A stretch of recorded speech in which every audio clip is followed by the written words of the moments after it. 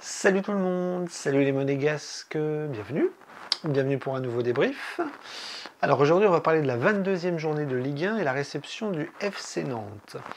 Alors comme vous le savez tous, on avait passé une semaine détestable avec un scénario catastrophique contre Benfica, le tour éliminatoire aller de la Ligue des Champions. Je ne vous rappelle pas le contexte, hein, on a fait une vidéo là-dessus, c'était un match que Monaco n'avait pas très bien abordé. Ça jouait pas très bien, que l'arbitre avait pété les plombs, qu'on s'était retrouvé à 10 et qu'on avait galéré pour garder une défaite d'1 but à 0 et que la semaine prochaine ça allait être compliqué d'aller chercher la qualif là-bas. Bon, j'espère que le micro ne frotte pas trop. Donc, pour ce faire, sachez que le contexte était extrêmement défavorable pour ce soir, parce que les blessures continuent. On est dans une hécatombe chronique, c'est-à-dire qu'on n'arrive pas à récupérer tous nos joueurs. Et pour ce soir, on a eu deux très mauvaises nouvelles, avec la blessure de Golovin et la blessure de Magassa. Donc autant vous dire que pour Benfica la semaine prochaine, c'est une catastrophe parce qu'on n'a plus de milieu de terrain. Il ne nous reste plus que Lamine Camara parce que Zakaria ne sera pas là, parce que Magassa ne sera pas là, parce que Mousrati ne sera pas là non plus. Et on se retrouve avec une hécatombe au milieu de terrain. Donc on n'a plus de joueurs, on n'a plus que Lamine Camara. Il va falloir bricoler pour aller chercher un exploit à Benfica. Donc pour ce soir, c'était la même chose. Hein. Pas de Magassa, pas de Golovin, pas de Thésée, pas de Balogun et pas de Singo ce soir, mais peut-être qu'il sera là mardi soir contre Benfica. Et ça, c'est la seule bonne nouvelle de la semaine, avec le retour de Singo éventuellement dans ce match important. Donc ce soir, contexte avec ces 5 absents. Maintenant, il y avait quand même pas mal de joueurs et on attendait un petit peu le 11 principal pour voir un petit peu si Luther continuait le 4-4-2 ou s'il revenait un petit peu à ses premiers amours, qui était le 4-2-3-1. Et ça n'a pas loupé, il est revenu au 4-2-3-1 avec une compo assez classique, avec Majeki dans les buts, Vanderson, Caio Henrique sur les côtés. Dans l'axe, c'était Mawissa, axe gauche, Kerrer, axe droit. Lamine Camara, Zakaria en milieu de terrain. Un trio offensif au milieu de terrain qu'il aime bien faire habituellement, avec Minamino, Ben Seguir à Cliouche. La classique, on va dire. Et devant, Biretz. Voilà, donc une équipe standard, classique, sans peu de surprises. Et on attendait un petit peu ce qu'allaient faire nos monégasques dans cette spirale très négative, en sachant qu'en plus, on nous a parlé dans les journaux d'une crise qui couvait au sein de la direction, avec Skouro qui s'est fait remonter les bretelles, le président Ribolovlev qui n'est pas content de la défaite contre Benfica, deux, trois informations sur le travail de Adi Hutter qui n'a pas l'air de plaire à beaucoup de monde. Enfin bref, beaucoup de négativité dans le club et dans la période actuelle qui fait que on pouvait se poser la question sur l'entraîneur et sur son éventuel départ. Aujourd'hui, demain, la saison prochaine, ça personne ne peut le savoir. Même si moi perso, je pense qu'un départ lutteur aujourd'hui serait une bêtise. Mais bon, ce n'est pas le sujet. Le FC Nantes, c'est parti et on a gagné. Bon, on a gagné, on les a explosés. On a gagné 7-1, ça faisait longtemps qu'on n'avait pas mis une raclée comme ça en Ligue 1.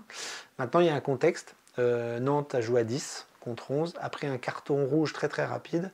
Et donc, ça n'a pas aidé les Nantais à performer, même si le match a été très bizarre, en sachant qu'on a une première mi-temps catastrophique de la part des Monégasques, même à 10 contre 11. Et une deuxième mi-temps où là, on a été très costaud et Nantes s'est écroulé. Donc je vous dis ça parce qu'en première mi-temps, c'était absolument affligeant de voir des Monégasques qui sont très mal rentrés dans la partie, avec de grosses errances défensives, de grosses erreurs derrière. Et ça n'a pas loupé, comme je vous le dis à chaque fois, toutes les équipes qu'on joue nous mettent des buts. Et là, ça n'a pas loupé, Nantes nous met un but très rapidement dans ce début de match. Voilà, les Nantais sont plutôt vaillants, ils se projettent très vite vers l'avant, et ils arrivent à faire très mal dans leurs attaques. Malheureusement, ils marquent un but et derrière, ils font une faute très vilaine sur Vanderson. Et donc, l'arbitre leur met un carton rouge. Donc là, très vite, en 8 minutes, je crois, le match bascule. Et on est mené 1-0, Nantes est réduit à 10. Et là, on se dit, Monaco va tout faire pour égaliser déjà, puis aller chercher la victoire dans un contexte qui a l'air un peu plus simple. Eh bien non, pendant 40 minutes en première mi-temps, on va galérer, on va être complètement à l'envers sur les offensives, sur le plan défensif, dans la construction, dans le pressing, on va rien faire de correct. On va même avoir des Nantais qui, même à 10 contre 11, vont se procurer des occasions très très très dangereuses. Et nous, on va essayer de garder le ballon, se projeter vers l'avant, et à chaque fois qu'il faut être dangereux dans la surface de réparation, on va faire n'importe quoi. Un centre raté, un centre au deuxième poteau, une combinaison ratée, une incapacité à frapper, une incapacité à rendre le gardien nantais en danger. Et petit à petit, eh bien, Nantes va reculer, Monaco va récupérer le ballon, et ça va être laborieux, jusqu'à la fin de la première mi-temps, où en 2 minutes, Monaco va retourner l'équipe de Nantes comme une crêpe, complètement à l'envers, avec un doublé, notamment avec Minamino, qui va offrir l'égalisation à Biretz sur le côté gauche, qui va centrer, et il va faire très très mal sur son centre, avec le but de Biretz en renard des surfaces, qui va tendre le pied et qui va mettre le ballon en dessous de Lopez, le gardien de Nantes. Et en 2 minutes, on va avoir un ballon de Lamine Camara qui va être grande transversale vers l'avant, où Minamino va faire un geste miraculeux avec une reprise de volée directe avec le ballon qui lui arrive dans le dos, et le ballon va arriver sur la main de Lopez, et Lopez est surpris, et ça va aller au fond des filets. Donc là, un but magnifique, et à la mi-temps, Monaco est repassé devant en 2 minutes, en sachant que pendant 40 minutes, ils ont fait n'importe quoi, avec toutes les lacunes et tous les problèmes qu'on n'arrête pas de mettre en avant depuis le début de saison. Et en deuxième mi-temps, ça va être tout l'inverse. Les Nantais vont s'écrouler, Monaco va pousser très très fort et va mettre 5 buts. 5 buts. Alors là, ça va être un festival.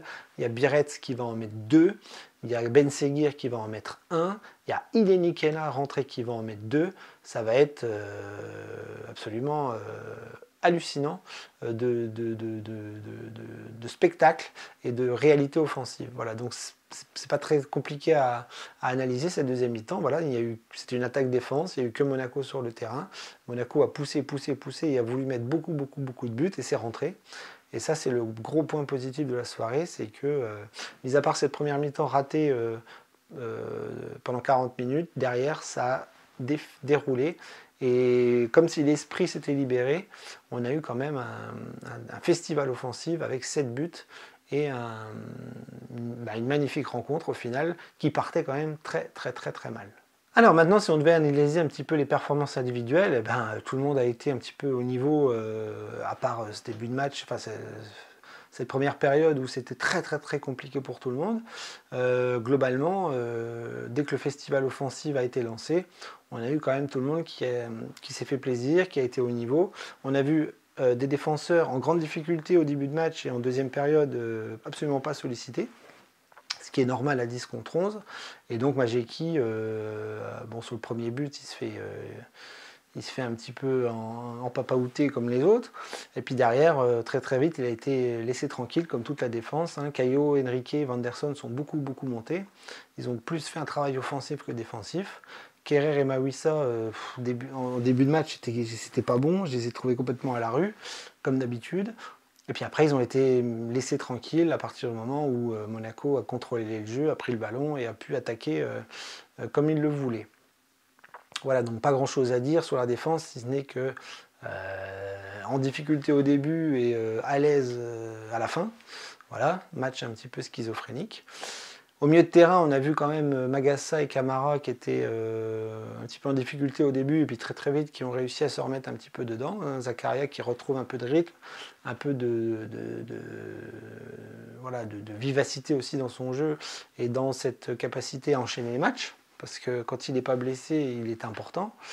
Mais voilà, Camara pareil, lui ça va être le rescapé de mardi soir. Ça va être très compliqué de lui mettre quelqu'un à ses côtés. Je ne sais pas du tout comment Luther va bricoler, s'il va redescendre des offensifs, ou s'il va mettre le petit Koulibaly avec lui, ou Minamino, ou je ne sais pas. Enfin, ça va être du bricolage, ça va être très dangereux et très compliqué. Mais ce soir, voilà, Camara et Zakaria ont fait le taf dans ce qu'il a de plus basique. Le trio offensif, là pour le coup, compliqué au début, mais après, quand ça a été lancé, ça a fait très très mal parce que Minamino a donné des ballons de but et en a marqué aussi. Hein, première mi-temps et deuxième mi-temps. Il offre le premier but à Biret et le deuxième but, enfin le troisième but à Ben Seguir. Akliouche qui a fait un bon match aussi. Alors lui, il s'est créé beaucoup d'occasions. Il a fait très très mal dans ce qu'il sait faire. Mais en première mi-temps, il ratait tout. Face au but, il la mettait à côté. Il était complètement à l'ouest. Et puis après, ça a été un peu mieux en deuxième mi-temps parce que toute l'équipe était beaucoup plus enjouée, beaucoup plus dynamique et un peu plus à l'aise dans les espaces, dans la surface et dans cette faculté à se créer des occasions.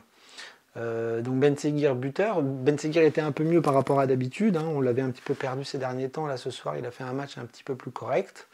Donc Akliouche aussi. Minamino, dans ses problèmes, il a un petit peu surbrillé ici et là ce soir et ça fait du bien. Et puis maintenant, on va parler de l'attaque parce que ce soir, c'était un festival offensif et on a enfin vu nos attaquants marquer des buts. Que ce soit Birets ou Ileni Kena, on a vu quand même voilà, 3 buts du Danois, 2 buts du Franco-Nigérian, pardon, le petit du Nigeria, là, Ileni Kena qui est mon petit chouchou. Et donc il revenait de blessure et il a fait très très mal ce soir avec une super tête plongeante et un deuxième but où il s'arrache sur le gardien pour aller mettre le ballon au deuxième poteau. Et puis Birets, quoi. Birets qui est un buteur, un renard, on le sait, on a compris, il en est à 7 buts en 3 matchs. Ce qui est absolument hallucinant parce que le pari est gagnant avec ce mec qui est venu pour mettre le ballon au fond. Il a un style qui est peu académique, c'est pas une star, c'est pas une vedette, c'est un besogneux, un travailleur. Il fait beaucoup de bien dans le repli, il fait tout ce qu'on demande de faire à un attaquant moderne, il le fait. Donc le côté un peu pivot, le côté repli, le côté défensif, le côté je vais chercher la faute. Ça, il le fait très très bien et dès qu'il rentre dans la surface, il y a un ballon qui traîne, effectivement. Il la met au fond et on l'a vu ce soir. Il aurait même pu en mettre un 4e, voire un 5e. Donc voilà, un festival offensif, tout le monde s'est fait plaisir. Ileni Kena aussi, on a fait rentrer tous les remplaçants pour préparer un petit peu Benfica. Et donc on a vu le petit Koulibaly rentrer, Ileni Kena, on a vu tous les autres, je sais même plus, le petit Michal, etc. Donc voilà, tout le monde s'est fait plaisir, à 18h aussi. Lui qui n'était pas sur la sellette, mais qui n'était pas très bien avec tous les articles de journaux et toute cette ambiance de merde qui rôdait autour du club, bah, ce soir il a répondu, les joueurs ont répondu. Mais maintenant il faut que ça continue. Parce que la semaine prochaine, on a une semaine très très très difficile. Très très très difficile. On a très très peu d'espoir malgré tout. Aller chercher la qualification à Benfica, c'est un exploit, voire un miracle. Samedi prochain, on va à Lille qui est quand même un concurrent direct et qui est une équipe très très très difficile à jouer, très très très compliquée, très très dure. Et Monaco n'a pas forcément les armes pour aller gagner des matchs comme ça. Donc ça va être une semaine qui peut être très très très négative, très très noire, très très sombre, s'il n'y a pas un sursaut d'orgueil et un relent de combativité, parce que là, honnêtement, battre Nantes, c'est pas un exploit. C'est pas un exploit, c'est normal, c'est logique. Mettre 7 buts, c'est un peu plus illogique, mais vu le contexte à 10 contre 11, j'ai envie de dire, c'est quand même normal. Mais la semaine prochaine, c'est 2 exploits qu'il faut faire, pas 1, 2.